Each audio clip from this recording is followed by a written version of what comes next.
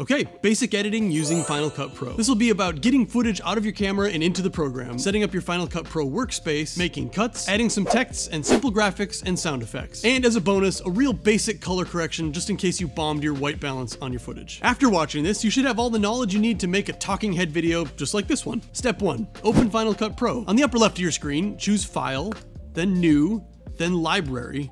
Give your library a name, and make sure you save it in a location that you're gonna know how to find it on your hard drive. We'll just make a fresh library for a new video, and that way all the footage and everything will just be contained in one place. That way, when you're done with the edit, you'll just have one thing to move onto an external drive if you wanna save this file, if you wanna save this editable version of your video. Over here on the left side of your screen, click on your new library, and then over on the panel on the right side, where it says Storage Locations, click Modify Settings. If this whole window isn't here, click on this icon at the top. Inside the Modified Settings menu, set your media to In Library and your cache to In Library. That way, when you import video from your camera, everything goes into this library file, and you won't end up clogging up your hard drive when you lose track of the dozen other video libraries you've made further on down the road. Next, back to File, click New, choose Event, and name your event. Make sure to click Automatic Settings down here on the bottom left, and from the drop-down Library menu, make sure to select the library that you just made. This is your library over here on the left, and this is your new event within that library. You may have to click on this little library icon because this panel does 3 different things while you're editing. You can just make multiple new events each time you make a video, and each new video can just be an event. Inside here, you'll find all the video files that you import ordered by the day that they were shot. But if you're shooting in 4K, and you should be,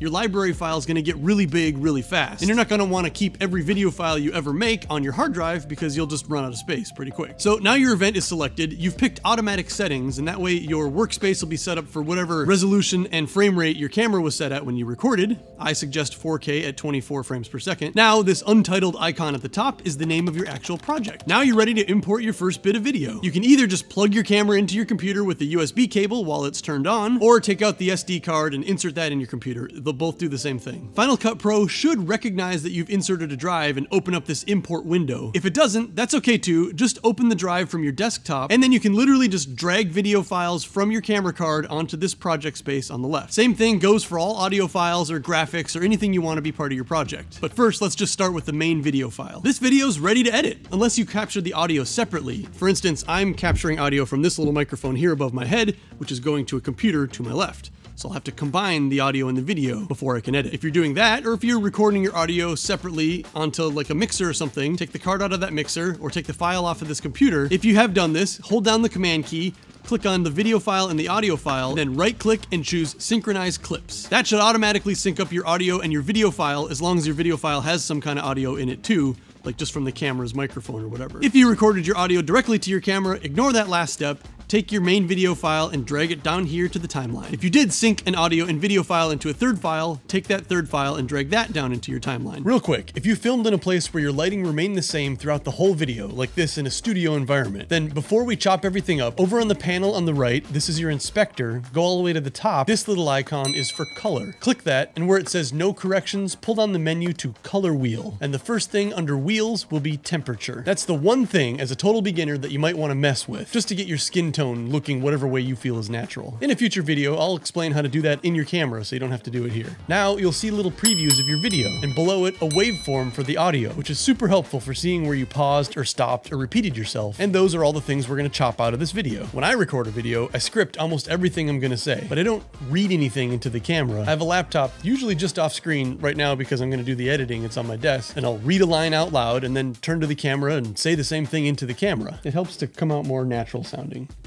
That helps it come out more natural sounding. But sometimes if a sentence is long, or sometimes for no reason at all, I'll stutter or decide I want to say a sentence a different way or whatever. I'll end up saying the same thing a bunch of times. That method of recording a video causes my video timeline to look like this. All these flat, low spots on the audio waveform are silence. And you can easily see how I was reading quieter or just away from the microphone and then delivering the line louder. So we'll do the edit in a couple of passes through the whole timeline. There's just a few keys on the keyboard you have to remember so that you can run through this pretty quickly. First, to zoom zoom into a section of the timeline, put your mouse over that section, hold down the Command key and press plus. Now, get really familiar with the B and the A keys. You'll just be using those two back and forth along with the delete key to cut out all the unwanted sections of video. B stands for blade, as in making cuts. And A stands for, actually it's the select tool. I guess S was taken. Oh, and the space bar will pause and play your video. So as you watch through your video in Final Cut Pro by pressing the space bar, if you keep an eye on the waveform in the bottom of the video on the timeline, you can see where I pause talking. You can see the little clusters of sentences. Press the space bar again to stop the video. Now move your mouse over to where the talking stops. Press the B key, and now your mouse pointer is like a little pair of scissors. So anywhere you click on the timeline, it's gonna make a cut. So make a cut on each side of the sentence and make a cut on either side of the silence. And after making your cuts, press the A key to turn your mouse cursor back into an arrow. Now you can select the silence by clicking on it and just press delete. Chops out the silence. I'll also go through and chop out all the sentences where I'm reading out loud to my laptop and only leave the ones where I'm talking to the camera. So this is what I'm calling the first pass through the video edit. Go through the whole thing, chop out all the silence and the repeats and the do-overs and just whatever you don't want, and then scroll all the way back to the beginning. And pro tip, if you have the Apple Magic Mouse, the top of the mouse is a trackpad, so you can scroll back and forth sideways really easily. You can also do this on the trackpad on your Mac. You can scroll with 2 fingers side to side to go sideways. It's actually super handy to have this particular mouse for that one specific thing. But scroll back to the beginning, and this second pass is where your video is going to go from looking super janky and homemade to looking super pro and seamless. After one sentence or phrase ends and the next one starts, double click on the waveform under the previews on your timeline. It'll drop down below the video, and now you've separated your audio from your video somewhat. And actually, before you do any cuts, when your timeline is all one big video file, do that. Just double click on the waveform underneath the video preview. It'll drop down, and then you can do this next part. Now, go to the end of one sentence, the beginning of the next sentence, hold down Command and press plus a couple of times to zoom into the timeline. Press the A key, and now move your mouse arrow just to the edge of the clip. The second clip. You should see it change to this little symbol. Now click and drag to the right just enough so that you can see your next sentence starting right as your first sentence is ending. You can see that in the waveform. This is called a J-cut, and the difference this makes to the flow of a video is incredible. I'm gonna play this same few sentences without J-cuts and then again with J-cuts. It's like one of the biggest secrets in all of editing talking head stuff. Next, between each cut, during each sentence, we're gonna click on that section of the video in the timeline, and we're gonna zoom into my face, just a little bit, sometimes a lot. Next, between each cut, during each sentence, we're gonna click on that section of the video in the timeline, and we're gonna zoom into my face, just a little bit, sometimes a lot. And this, combined with the J-cut, will hide the fact that you're cutting at all. It can actually end up looking like you're just using 2 cameras and talking continuously throughout the whole video. You do that by clicking a section of video, and then back in the upper right where you did the color correction earlier, click on this icon instead. And under Transform, you can change the scale with this slider. Once you've zoomed in a little bit, then look just below the main video preview, press this icon, and with this selected, you can click and drag just right on the preview screen and move the video around to position it how you want it after zooming in. Then we'll come back for the final pass with graphics and text, and you'll have something you'll really be proud of. So now you've made cuts, and you've made J-cuts, and you've covered it all up with a little bit of zooming around on the screen. Now, depending on what you're talking about, and some videos might not need any of this at all, but let's just say you're describing your wife to someone. This is my wife. Her name is Sarah.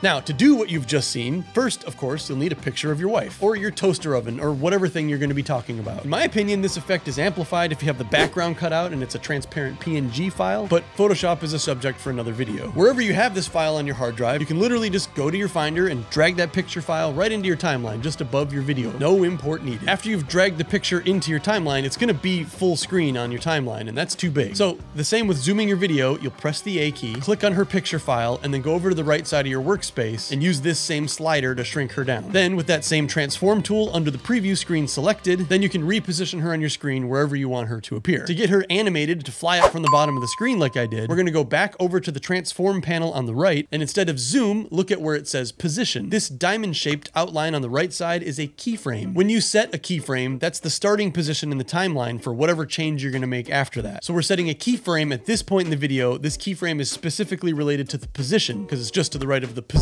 part of the transform tool. So this keyframe is specifically based on the position of my wife on the screen. Now click back on the timeline right where the graphic starts, so on the left side of the graphic part of the timeline, and click and drag her out of the screen. Next, advance the video forward just a few frames. You can either do this with your mouse or you can press the right arrow key like 5 or 6 times. Now we'll go back to the position part of the transform panel and make a second keyframe, and then by using these positions, you can click and drag here, Y goes up, X goes side to side, and bring her up into place. And that's that's how you animate objects in Final Cut Pro. Final Cut Pro is going to remember where you said she starts the first keyframe out of the screen, and then the second keyframe where she has popped up into the screen. On that final frame where she's appeared in the screen, I went over to the panel on the left side of the screen. I clicked this T, which brings up the text tools. Go to where it says bumper opener and basic title, and then drag that title from here right onto the timeline. So the left side of the title lines up with the last frame where she popped up into the screen. Double click in the title in the timeline and type my wife. Then you can use this little control point to drag it into place. Finally, down on the timeline, you can move your mouse to the right side of the graphic and drag it to the left so that it matches the end of the video clip, the end of the sentence. And do that same thing with the text so that they both disappear at the same time when the cut is made when the next sentence starts. And it'll appear seamless. I like to drag in some sound effects to match up with the graphic and the text appearing. You can do that the same way, straight from the Finder onto the timeline, down below the video preview. And if you drag it next to the start of the graphic, it'll automatically line itself up with the graphic or the text. And that's it. Those are the first steps to learn basic editing to make a compelling single cam talking head video with graphics and text. Now, once I write it and film it and edit it, a video about Photoshop and how to cut out people to use in these videos will appear right here next to me. But until I do that, this video is just going to be some video that YouTube thinks you want to watch next. So go enjoy that one. Or this one if you haven't seen it yet, about how to shoot compelling looking video. That's a good choice also.